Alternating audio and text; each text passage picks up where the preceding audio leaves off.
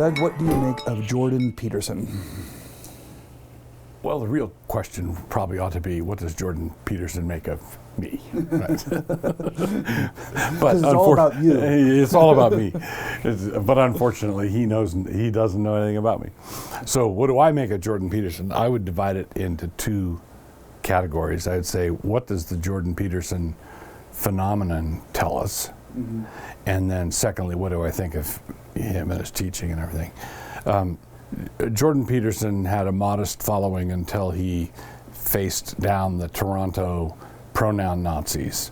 Mm-hmm. And he took a very courageous stand there, refused to use the pronouns, and then shot up into the stratosphere with millions of young men following him and stuff. And that's the phenomenon. And what that tells me is that North America needs a dad. That's what I think that's what it boils down to. Someone who is unapologetically masculine. He's a vertebrate, has a backbone, stands up to people and says, if you throw me in jail, I'm still not going to use your pronouns. And he did this in Canada. He wasn't doing this in Alabama, at the University of Alabama. He was doing it in Toronto. Mm-hmm. So I think that accounts for his courage, his masculinity, his tough-mindedness is all very, very attractive to people in our generation, particularly to young men who rarely see that kind of thing modeled at all. So I think that accounts for a great deal of his success. Even when his thinking is garbled, he's still a straight talker. He still communicates what it is he's actually trying to communicate. So that's what I would think of the phenomenon.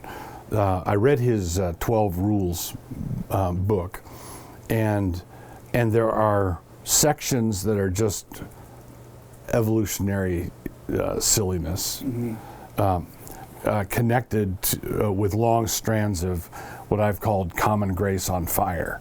So he just is really good. When he's good, he's very, very good. But it's sort of floating above everything. He doesn't really have a grounding for what he's saying, for all the good stuff he's saying. And the good stuff are things like, don't waste your life, make your bed, stand up straight, that sort of thing.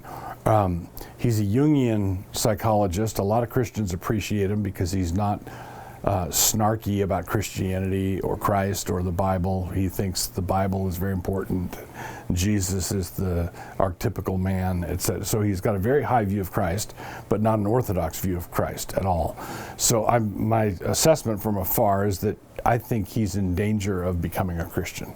I think he's flirting with Christian truth way too much to be safe.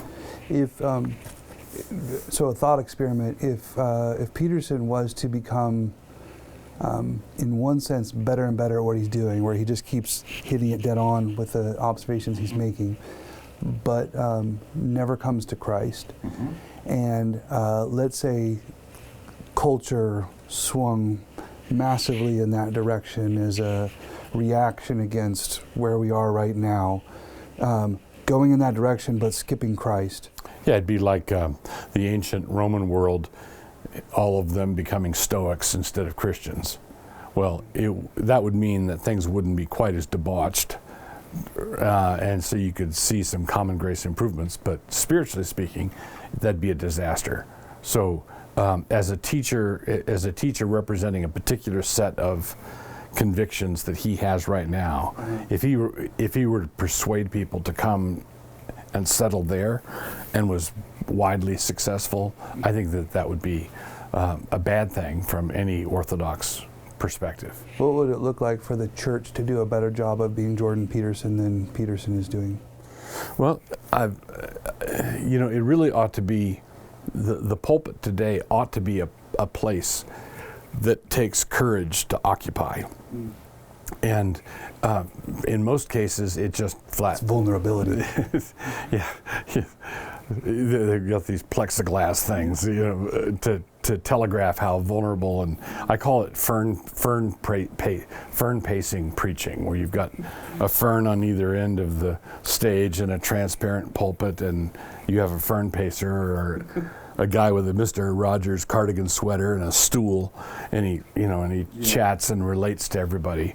I think the Peterson phenomena shows that that's not what we need right now, and what happens is, if there are any signs of some Christians getting restive and starting to show backbone, the squishy, soft evangelical establishment shows that it does know how to discipline. Right? Yeah. Because it'd be false to say that the evangelical establishment never disciplines anything. No, they discipline and come down hard on anybody who is going to head back in a different direction.